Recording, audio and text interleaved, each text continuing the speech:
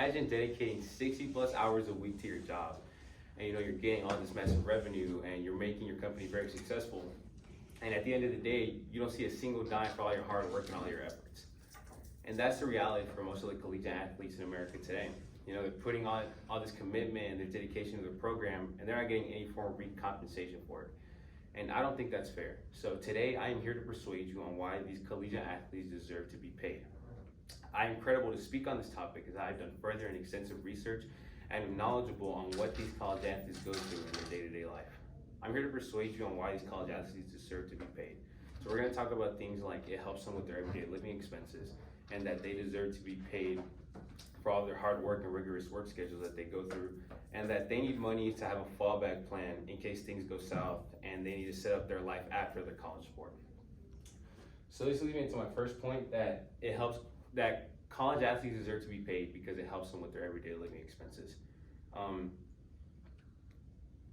Everybody has to pay for college.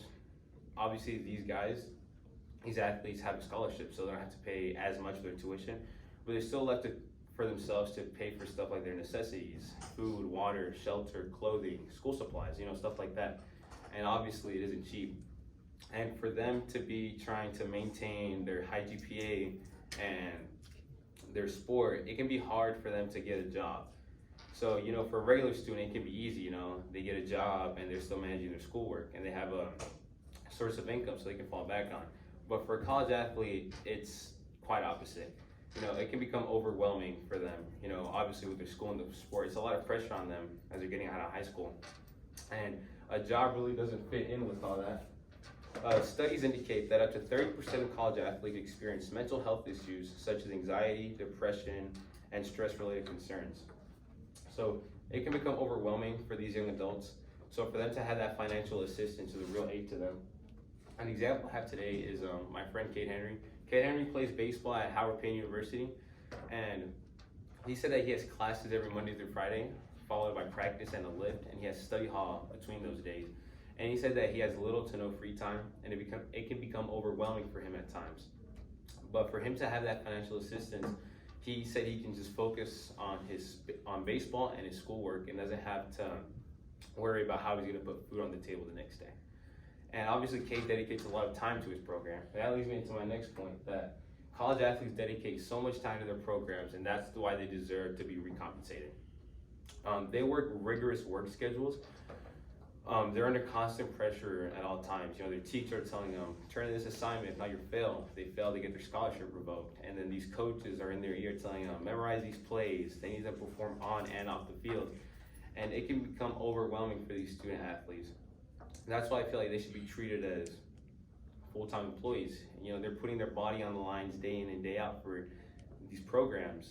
Early mornings, late nights. They could have early morning practice that ends with a late night study session, and they deserve to be recompensated for putting in a commitment like that. And there was a study done by NCSA College Recruiting that said that most of these students spend about 60 hours a week dedicated to their school and their sports. There's about 168 hours in a week, so if they spend 60 hours a week dedicated to their program, it's 35% of their week dedicated to their schools. And the rest of the time is spent sleeping. It's like they have no time for themselves. And these coaches really rely a lot on these student athletes. If the students aren't successful, the program isn't successful, and it looks bad on these coaches.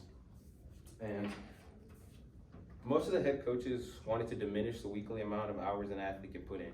So they wanted these athletes to put in more work and more dedication to the program, even more than they already did as of now.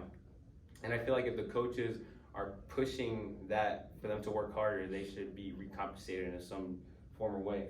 An example I have is the March Madness college basketball tournament. An average game brought in about 9.07 million viewers, and they're attracting a lot of attention towards these schools, these big powerhouses. And the program should acknowledge that and try to recompensate them for the success that they're bringing into the school. And obviously every college athlete doesn't go pro. There's a good side to it and there's a bad side to it. So this leads me to my next point, is that these college athletes deserve to be paid so they can have some money to fall back on in case their career goes south. The college sport world can be good, and obviously it can be ugly. Obviously not every player goes pro, and they need some money security for them to fall back on and start building their new lives that goes beyond their college sport.